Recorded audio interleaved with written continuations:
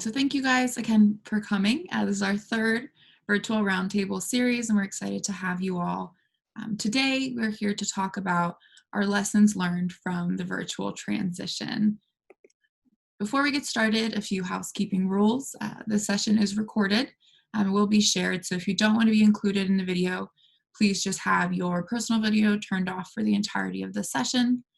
Similarly, right now everyone is muted, but there will be a large portion of this that is discussion based. So during that time, please stay muted unless you're speaking. And along those same lines, we are really excited for the discussion today. So please ask us questions, share your experiences. We want to hear from you as well. And then last but not least, my colleague Reed May is on the line today as our tech support. So if you guys have any issues, just write them in the chat or you can chat Reed directly. It's also his birthday, so if you want to send him birthday wishes, you can let him know in the chat as well. So my name is Mari, for those of you who don't know me, and I'm one of the managers of college and university relations at the Washington Center. And I'm here today to talk with Kelly Eaton. Kelly is our Chief Academic Officer at the Washington Center. She oversees our academic internship program, which includes curriculum, program performance, and assessment. She also oversees our Office of Federal and Customized Initiatives and our Academic Seminars Department. Kelly is our lead representative with the academic community and worked as a professor for over 25 years prior to joining TWC. Most recently, she was the assistant provost of experiential education and chair of the political science department at Nebraska Wesleyan University. And so the question I asked Kelly to speak about today was this. It was that higher education has been profoundly altered by COVID-19. With classes shifting from lecture halls to living rooms, everyone has been forced to adapt to this sweeping change and fast. So I wanted her to speak on what are some of the lessons TWC has learned from this adaptation, and how can these lessons be applied to the upcoming fall semester and beyond. So without further ado, I'm going to pass the mic on to Kelly, and she's going to get today's presentation started.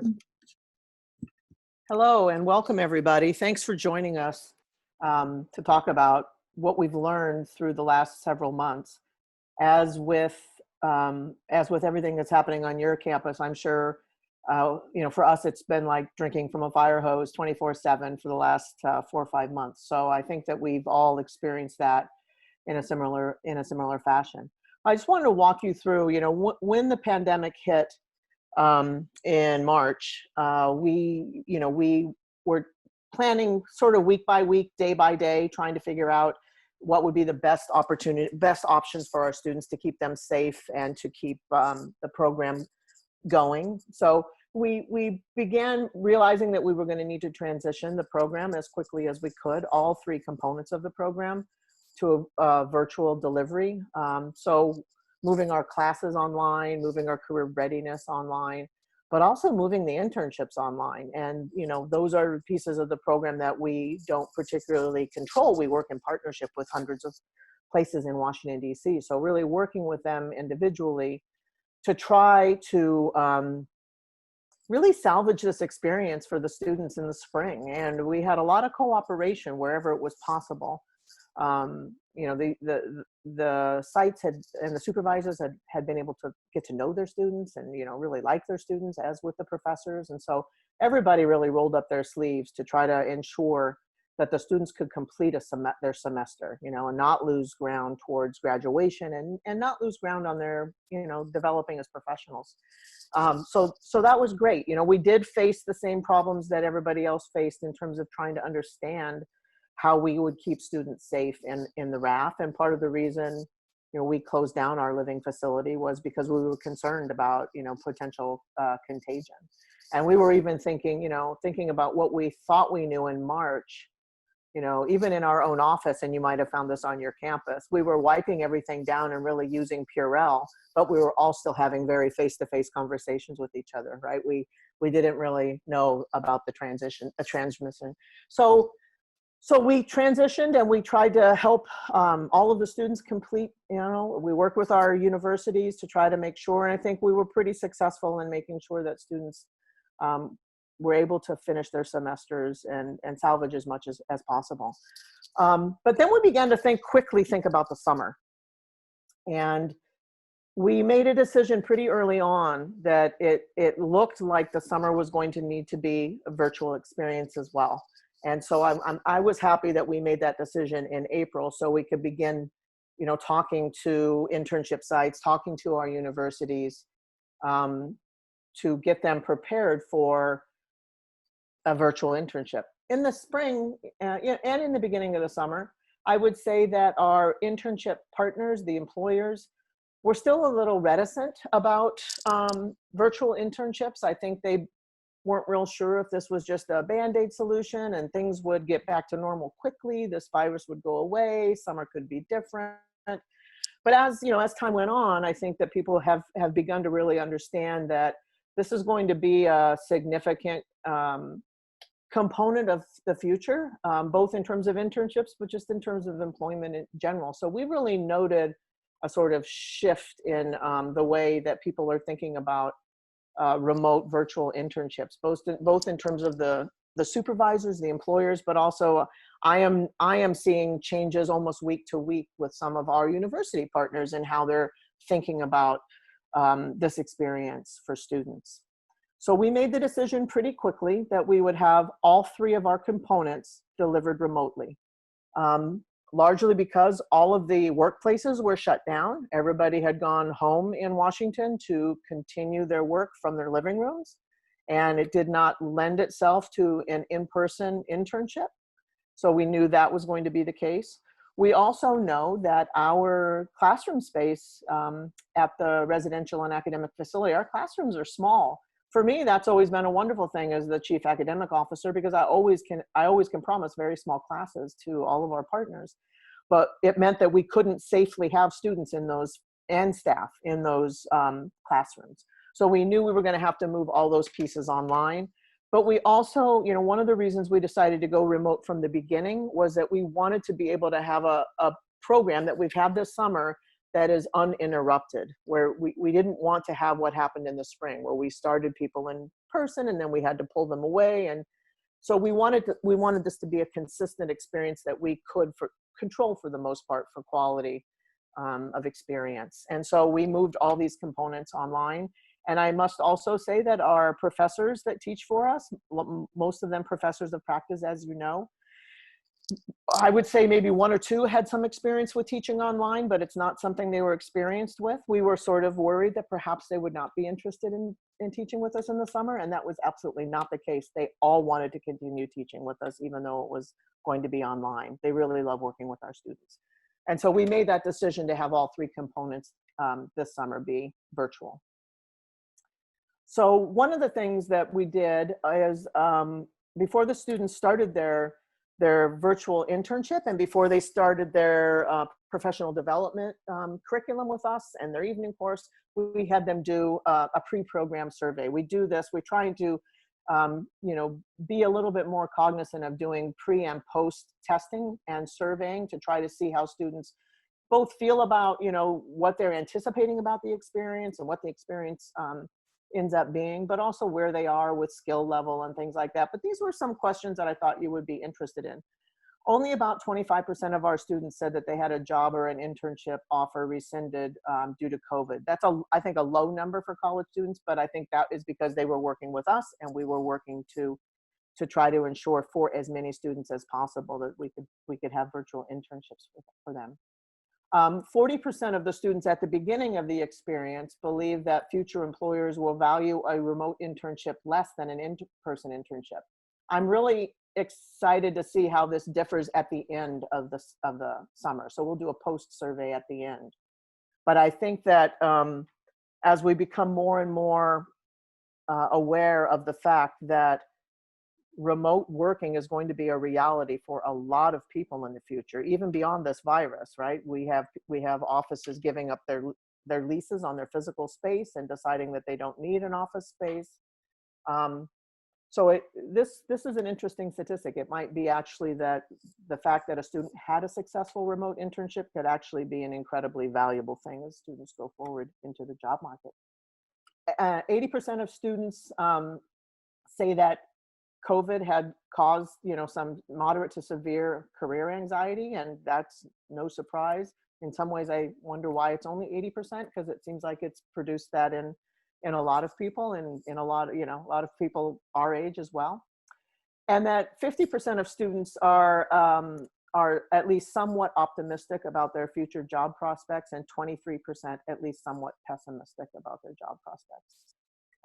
So we'll, again, we'll be interested to see what happens with the post survey that we'll be doing in the near future. So overall, we also asked them which of the program components, once they understood what the program components were, which of the program components that they felt were going to be most helpful for them. And they said the professional development sessions, which I'll talk a little bit about in more detail going forward, the one-on-one advising, and then the virtual networking. In a lot of ways, I don't think this differs all that much from their anticipation of the in-person program, but that was good for us to know. And the students' top priorities for the summer coming in, which we tend to find pretty much every term, is they really want to build a network. Right? They're interested in building a network for their future, for their career.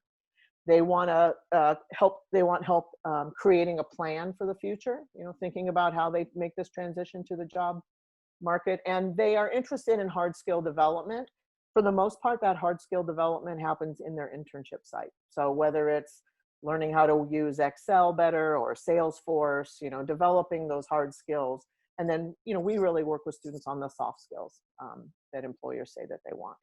So those were some of the things that we gathered from the pre-arrival survey.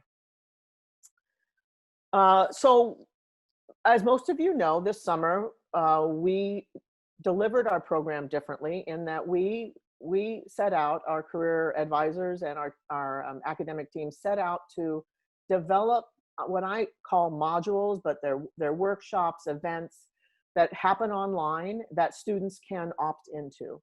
And so our team designed, I believe it's about 33 modules, and students have quite a lot of choice. Students were to select into 8 of those during the summer. So they had quite a lot of choice. We have data now. I mean, as we made this PowerPoint presentation, we have done assessment on all of the ones that have happened so far, and 17 are represented in this particular presentation. But after every single module, the student is given a survey about their satisfaction with the module. They can give us feedback. They rate the session. And it's an attempt for us to understand, not only are we delivering the right material that they find useful, but are we delivering it in a fashion that they find engaging and valuable?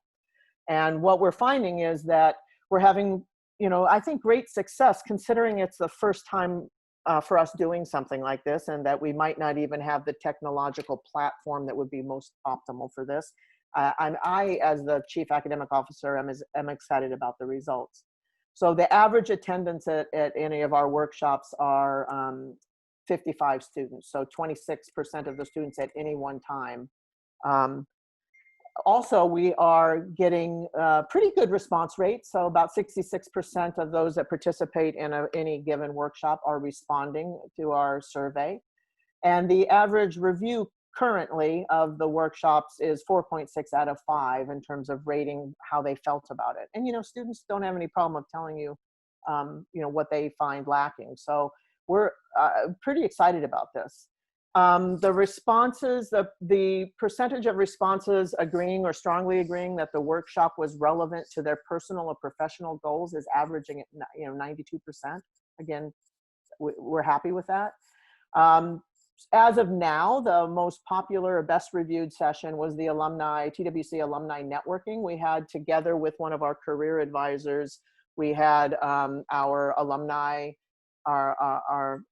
relations person together do this. And so that was really well attended and really well reviewed. And then as it says here, the most attended session was LinkedIn 101, teaching them how to build a robust, well-networked LinkedIn page with the TWC alumni.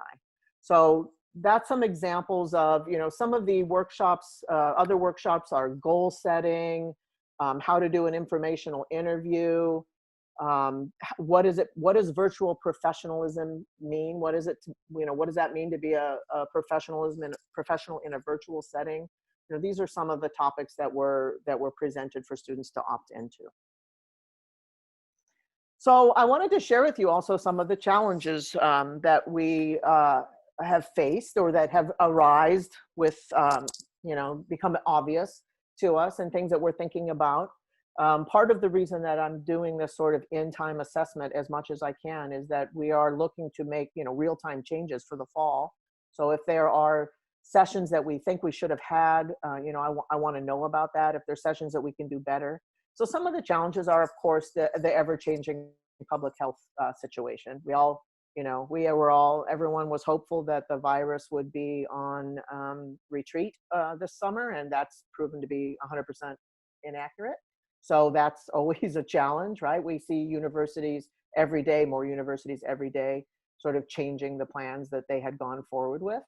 So, for us, we have partnerships with 400 universities. And so we have 400 different ways of universities adapting to the challenges, right? Some are starting earlier, some are starting later, some are in person, some are hybrid. Some were going to be in person last week, but now they're remote. Some don't allow remote internships, but now they're finding that they're doing all of their teaching remote. So that it's super fluid, as it's fluid on all your campuses as well. And so part of our challenge is also balancing multiple stakeholders. We know this for the fall, students really wanted to be in in-person internships. They did in the summer. They wanted to be in in-person internships, but there are no in-person internships for the most part. A lot of folks are not even going back to the office. The earliest they're planning to go back is January. We were talking earlier about the Washington Post. We know NBC, CNN, C-SPAN, like some of it, just for example, our communication and journalism sites, those folks aren't even going into the office until January. So balancing those stakeholders has been a really interesting challenge for us as well. And of course, student satisfaction. We always do an end of program survey. So we're going to have a sense of what they thought about their internships, as well as we know about the career readiness modules that we're doing, but also their evening courses. We're going to be monitoring those carefully to see how we can improve. There are technological challenges for everybody. Everybody's trying to get up and ready for having the right technology, but we have also found that some of our modules have been presented by external partners of ours. So for example, this summer, the Secret Service was willing to do a career exploration module for our students. But the Secret Service is not allowed to use Zoom, and they're not allowed to use the technology we use. So they have their own technology, and there were some glitches in their own technology. So, as we partner with outside folks to bring the kinds of experiences to our students that we want them to have, we have to deal with some technological challenges as well. The other technological challenge is that for us, for right now, all of our delivery is synchronous. We haven't yet figured out what will be the best platform for us to use to eventually be able to do some of what we're doing in an asynchronous fashion, which could be helpful with time zone differences, right? So we have the time zones in the United States, but we'd also like to be able to have more students who live very far away be able to participate. And so those technological challenges are there. One of the things that has been concerning me, and something that my team is thinking a lot about, is, how do we do community building? How do we get the students to know each other? Because that we know from our Gallup Purdue survey that we did years ago, that they learn so much when they're learning from each other, and when they're in the RAF and they're living together and learning together and being confronted with diverse perspectives and backgrounds. And how do we develop that in a virtual way, and what is the right technology to develop that in a virtual way, is something that I'm really thinking a lot about.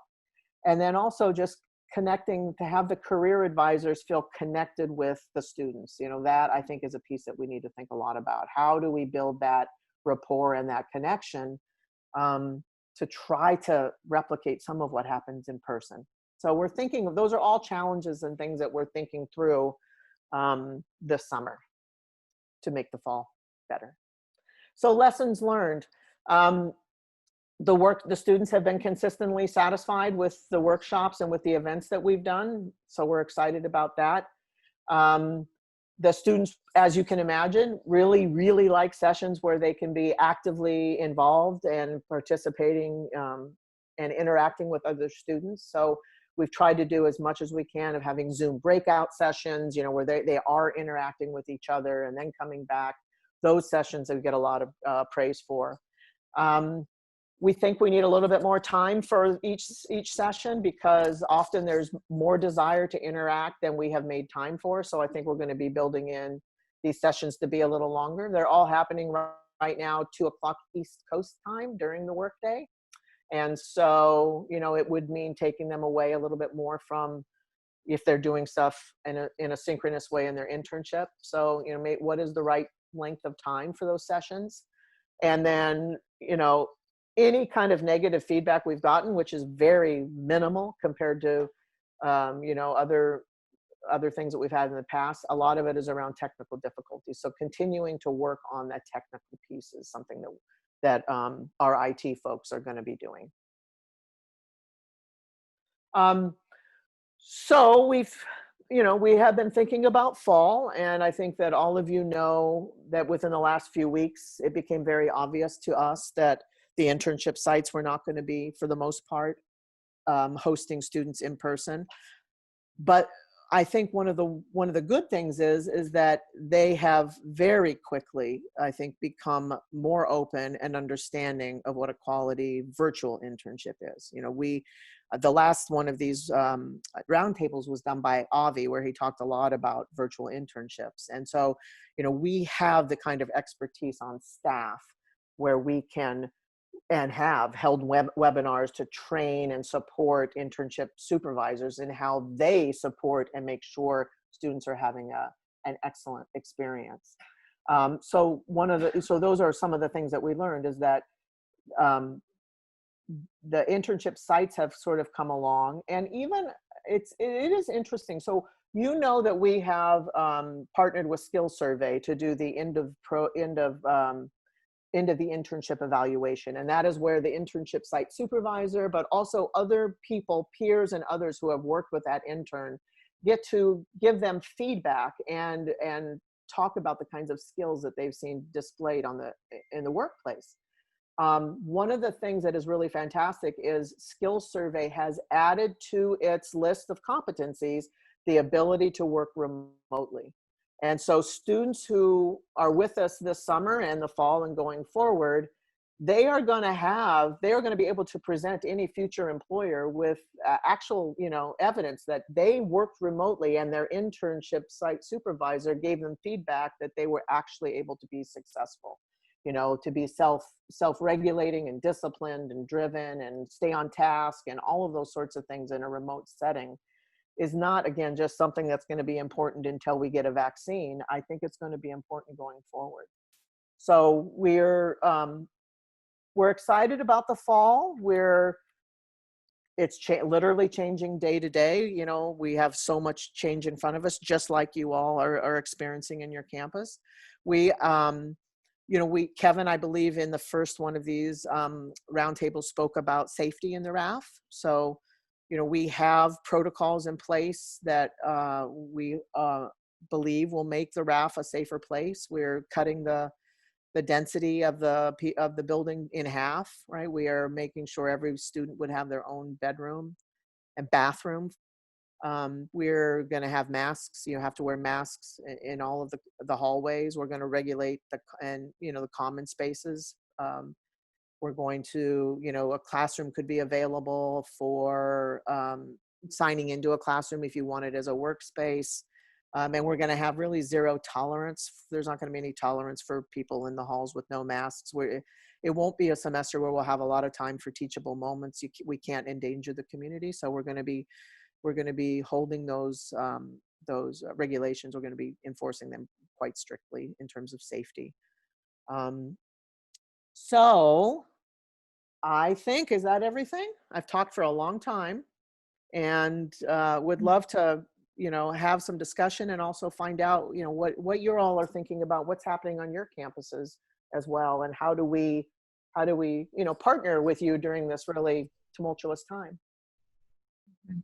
Yeah, thank you, Kelly. I think that was a really good overview of the programs we've developed or the data we have so far. As Kelly said, we'd love to use the remainder of this time. If you guys have questions for Kelly about our program, we'd love to hear them, but also vice versa. We're really trying to get to know our universities and what challenges you guys are facing, what lessons you've learned. So if you guys have any um, pieces of information, anecdotes that you'd be able to share with the rest of the group, we'd really appreciate that as well. And Mari, we had our first question come in through the chat, so we can read that aloud for Kelly. Josh Spiro asked if we could give a little bit of a sense of why students should consider living with TWC versus staying at home and participating in the program online, since most of the experience this fall will be online. He made a note that he believes his 3 Fitchburg State students can still interact and network in person quite effectively at TWC facilities, taking health precautions into account. But I think he's curious to hear from us. So maybe Kelly, I'm not sure if you'd like to take the lead on that. Yeah, this first, am I on mute or am I okay? Okay. This first came up as some students who, several weeks ago, I'd say maybe 4 weeks ago or so, who were interested in, or were being presented with some remote options, but said, I still want to be in DC. Can I still be in DC? And at that point, that was like, that's interesting. Well, we're finding that there are students, it's going to be individual. So some people had their heart set on spending a semester physically in Washington, DC. So, it's a city that's walkable. There are, lots of what you can do, you can do outside. There's, cafes and monuments, but also there's a national election that a lot of people are very, very invested in and feel like they would like to be in DC for.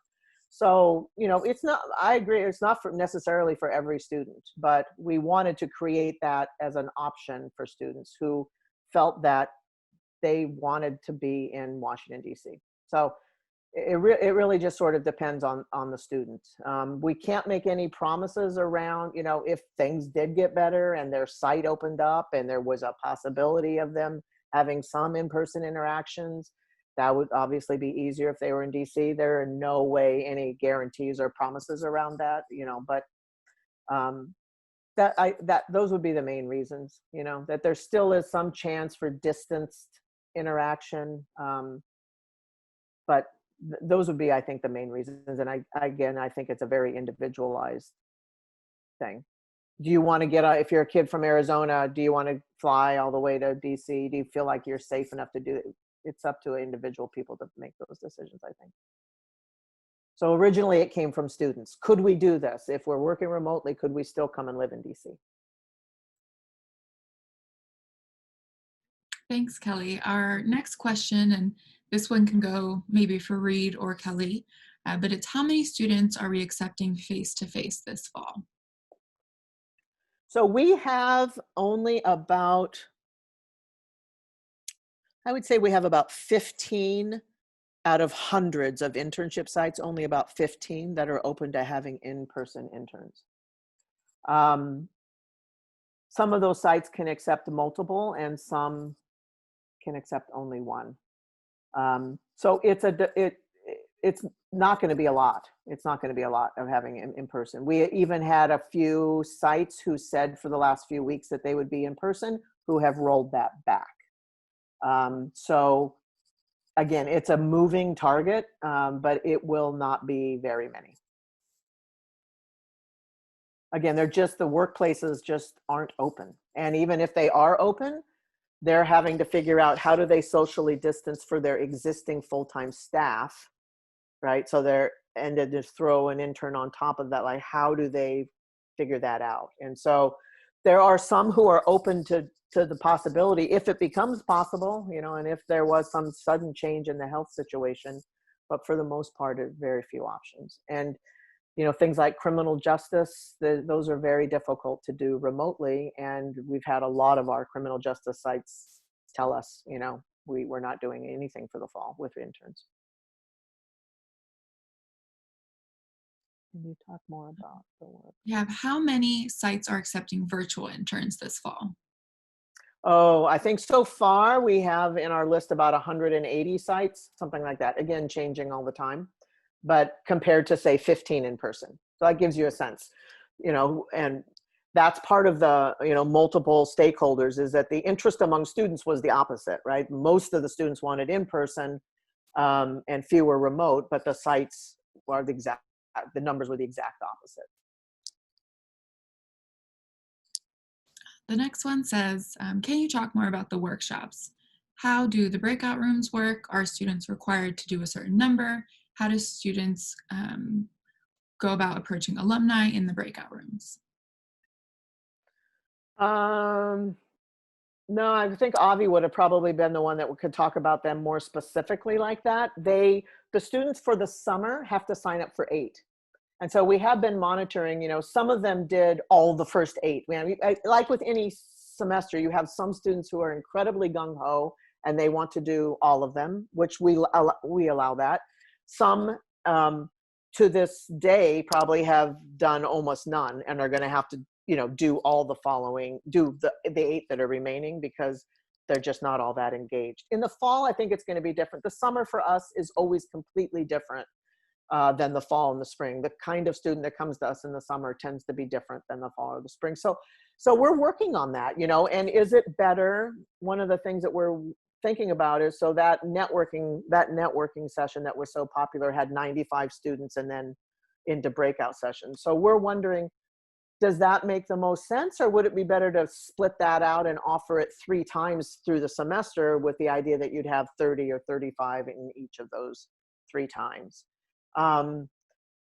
That's about as much like detail right now as I can provide to you, but we could get maybe Avi or Carrick or somebody to give us a little bit more detail in terms of the connection with, I don't know if there were alumni in the module, or was it a matter of ensuring, because it was done also with LinkedIn, like ensuring that all of our students understand that they are now part of the TWC alumni network and connecting them sort of virtually in that network. I asked that question, and I can reach out to Avi myself, actually. I ask also because I think for us back at the institutions, as we think about sending them to you, we have been doing sessions like that, and I've been kind of confounded about how to do that online. Oh, I'm sure they would share it. And Laura, do you know Laura, because Laura gave a presentation once, and I remember you asking Laura, how do you know all this stuff? She's the one that came from, I think she came from Clemson, which is one of the best career services in the country. So she's she's shifted from being a career advisor over to being our alumni person, our alumni relations person. So I know she would absolutely love to be able to help you out with that for sure. Thank you. And I can send you her contact. Okay. And I can add to some of the feedback. As Kelly said, over 90% of students this summer are saying that the workshops are fit to their career interests and what they want to learn. And I think part of that is because they have more selection. So with our standard lead curriculum, students had, prescribed courses that they were learning every Friday, versus with this, we have over 30 workshops and students are choosing at least 8, if not more. And so I think part of it is because they're able to select workshops that are closer to what they want to learn, what they're trying to accomplish. It's allowing it to relate more back to their goals. But Rosanna, I can certainly connect you with Avi as well to talk more about that. Yeah, and I would say that one of the things that we have always found with our standard lead curriculum that we were doing up through the middle of the spring was that because it was really sort of delivered in a uniform fashion, we would have some students who just like, this is the best stuff I've ever had. I've never even thought about these things before. But we would have other students who came from universities that had really robust career centers, and they would say, I've done some of this stuff before. But with the self-selection piece, they can opt in, like Mari said, they can opt into those particular modules they believe are going to help them the most because they haven't had it before. So that I think that's why we're seeing this sort of satisfaction level, is that they can sense where they need to grow. And so for us, it's a little hard to be able to meet every single student where they're at in any kind of a uniform curriculum where everybody has the same curriculum, if that makes sense. So this allows people some of the selection. Can you clarify, Kelly? I know we said we had about, 15, 25 in-person internship sites in DC, Mm-hmm. but how many students are we able to house in DC? So total students interning virtually and in person, how many are going to be with us this fall or can be with us this fall? So our building normally holds 340-ish, sort of depending on if we have a student with disabilities who comes with a caregiver, that changes the number of beds, but 340 is the max. So, we cut that in half to 170. And that would be our goal, is to be able to house 170. We're not really worried we will have enough housing because we can easily go out into the market and acquire more housing, in NOMA or around DC. But so that's, I don't know if that answers your question, but that's roughly what we're looking at, is about half of the building being full. I can take the next one. We have a question about from Sally Leiter. She was referring to her experience being at a 2-year college, saying that she's finding that a lot of employers won't take new virtual interns because they don't know them or have previous experience with them. So Kelly, she's wondering how we approach talking to many employers we have into trying online internships for the first time, when that's a new venture for many. And then I think that might be helpful for her to have that perspective from you. Yeah, I think that our long-term partnerships with these places has been really key. We both have approached long-term partners, but also we spent a lot of time in the spring doing business development to try to bring on new partnerships that would come and be new to us and be virtual. So I think the trust that they have for the Washington Center, but some were a hard sell. Some it did take a little bit of time, and I think for some of our sites, they came around to realizing if we want interns at all in the near future, it's going to have to be virtual. We're going to need to figure it out. And so I just think, as you think about the day you left your office in March, thinking, well, I'll be going to be gone for a couple of weeks, and here we are, 5 months later, and we're all still gone. It just seems to be more of the reality of the future. So the conversation differed, I would say, and some were on board right away and some needed more time. We've had, we also run programs for the federal government, and that was really interesting to watch because the federal government, doesn't change fast, is very set in its ways. But we were able to work with one agency and sort of set their fears at ease that we could actually deliver this program virtually for them this summer. And once we did that with one, then all the others sort of fell in line and said, well, if the Department of Transportation can do it, then the State Department can do it, and the FAA can do it. And so that all kind of, I think if you have some success, maybe with one or two for your own, if you're talking about your own local internships, if you have some success with one or two sites, and if they can maybe, participate in a Zoom call like this with others, I think getting over that fear factor of this is so different, how do I do this? So for us, it was a lot about these existing relationships and sort of trusting relationships, because we've been doing this since 1975 and only just now have switched virtually. And all of Kelly's teams worked really hard. I mean, we started the end of the spring going into the summer. We were like, will we have internships? How will we find them? And her team not only reached out, but did tons of development with those sites to build programs. And so they've been working very hard on it. It was not an easy feat. Going back, the next question is, I appreciate the lessons so far on summer. What are the lessons from spring? The lessons from spring were, so it was interesting. So when we did our end of program survey, we separated it out. So we asked them what were their thoughts up until the pandemic hit, and then what were their thoughts from the pandemic to the end. And it's really funny. It's kind of like that Joni Mitchell song. What is it? you don't know what you've got till it's gone, right? Paved paradise, put up a parking lot.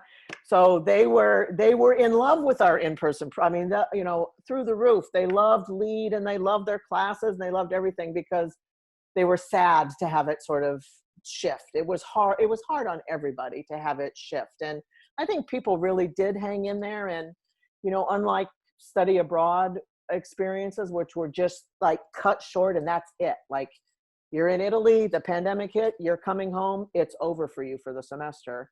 I think we really scrambled because we really wanted to salvage this experience for all the students. We wanted them to continue to be able to learn, and position themselves as a flexible, resilient young professional. And, we really tried to make it into a teachable moment. So, so for us, the lesson is that, wow, we learned so many things about, we learned so many, I mean, again, like universities, we learned so many things about, being flexible ourselves as an organization, and, how do we envision ourselves as a future organization, and how are we going to approach our work going forward? And will we be working mostly remotely? And, all of these sorts of things, thinking about when we come back to a physical space, should we as the staff be working closer to the RAF? Should we be in the RAF? Should we have more interaction with students? We're thinking about everything. We're thinking about, I think like universities, this allows us in some ways, it's very scary, but it also allows us a freedom to be really bold, I think. We had sort of been talking about virtual internships around the edges for years, and then this has allowed us to think about it in a bold way. Possibly, some of the things I've been charged with is thinking about the future of this, thinking about how can we access, students who really need, how can we access more students at community colleges across this country through a remote experience where they could, they could have a Washington Center experience and an excellent internship and all the wraparound pieces, but be able to stay where they are because they have families and jobs. I think it opens up all sorts of possibilities that for me are very exciting to think about.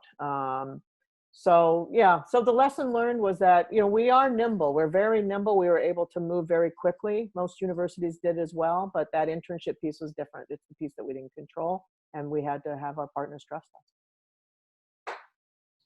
And I would love to hear from our partners out there who had students with us, either this spring or in the summer. Sort of what is the student feedback you've heard so far? How have your students felt either in the spring, that sort of rapid transition, or in the summer, how they felt about the program so far?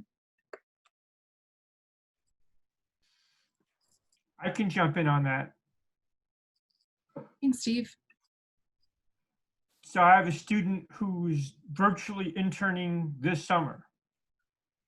And we were both very skeptical, to put it lightly. I see Reed, big smile over there. Yeah, we were both very skeptical because Reed got a lot of my online rants throughout the whole process. But it has worked out so much better, I think, than either of us imagined. She's interning with I always forget the name.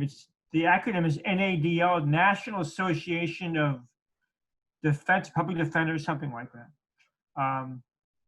And this is a student who really was excited about this internship before she learned it was going virtual, because she has aspirations of going to law school.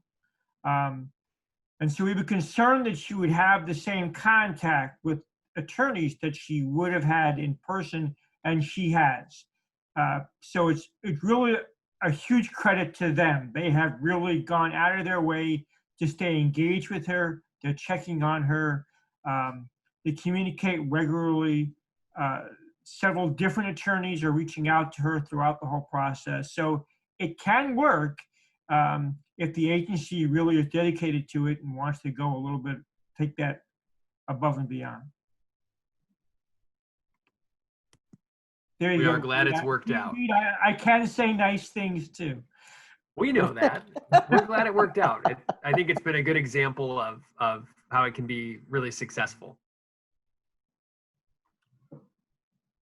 I can speak to both. I mean, they're sort of anecdotal. I didn't have very many students in the spring, and I have one very unusual student, your first grad student from us this summer. So the student in the spring was able to continue pretty much uninterrupted her virtual internship. She was interning for an embassy. And although she was entirely crushed by not being able to attend some events that she had planned and wear a brand new pink suit that she bought just for the occasion, I heard about this ad nauseum. The quality of what she was doing was fine. I mean, she, like the rest of us, found out that working remotely is not a time saver. It actually is a lot of work. So she felt like that was fine. She was a little disappointed in the end of the spring semester and lead. It all felt a little bit just too much, and she was not all that happy with that. But the internship and her class were fine. And my grad student this summer is, again, an experiment. And I just spoke to her yesterday, and she's having an excellent internship. I mean, we were talking about concerns about, this is what Steve was talking about, concerns about networking and exposure. And she's working for, I think it's called Sister Cities International. So the organization that matches up American cities with counterpart cities elsewhere in the globe. And she is working with one of their leadership team, and she's sat in on high-level meetings that have included a couple of ambassadors. And, you know, so she really feels like it's been worthwhile.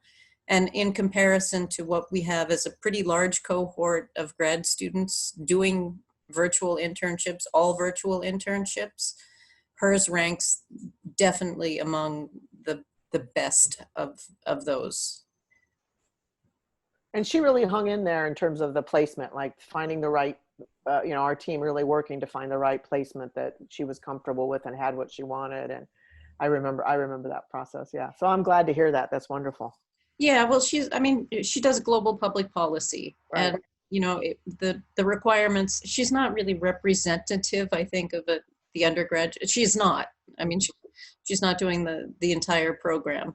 And we hope to be able to build that out more, because we have always had a need for remote internships for our grad students. We require it of them in our programs, and many of them are doing the program part-time, they're working full-time, and an added requirement of an internship on site has always been a burden for a certain percentage of them. So this option has been a no-brainer that I've talked about in the past. So I think that's kind of a silver lining there. I have heard from some of our fall interns who are not happy about upcoming prospects. And I got a whole raft of WhatsApp messages yesterday saying, can we talk? What should I do? Yeah. Yeah. Yeah. Do they understand that, I mean, office places are just not opening up? I mean, well, we have a twin burden here. Number one, I can't get my administration to commit to a yes or no about can they stay at the RAF yet. Oh, but the internship itself, are they disappointed with I mean, there's disappointment all around. There's no telling, and you know. Yeah, and I can't remember who said it, and I think probably a lot of people did. There have been stages of grief with this, thinking about how stuff is going to open up, which thing we're most disappointed about having been canceled. I will gleefully admit that scaling back the conventions to nothing like a real convention, I'm not unhappy about. It's not. So right. I think students also are dealing with all of that. They're all hearing announcements from their home institutions about what classes are going to be offered online, what are going to be hybrid, and nobody is happy with right. the solutions or the priorities that different institutions have made, right. including faculty and staff. Right. Right. Absolutely. I mean, I feel like students who take advantage, and the students that came this summer, you know, between our federal and our domestic and our program that we're here to talk about today, we have 550 virtual interns in the country today, right now, the Washington Center. I don't think any other organization nationwide is doing that. And I think that the students that sort of stuck with it and did this, I think they're going to stand out. You know, when it's like, what did you do during the pandemic, and how were you able to move things forward for yourself? I think it's a wonderful thing to say, I took the leap and I learned how to, I was outside of my comfort zone. It's not what I had planned for. It's not what I had wanted, but I took the opportunity to grow and, develop my professional self. And I think those are all really great things. I mean, they can stand on the sideline for the next 18 months or however long it takes before a vaccine. That's an option for sure, but there are other options as well, at least for our partners and our students who go to our partner institutions. So it's not for everybody, but we're here for those that are interested. No, I agree entirely. And Kelly, that leads really well into our final question, because I want to be cognizant of everybody's time.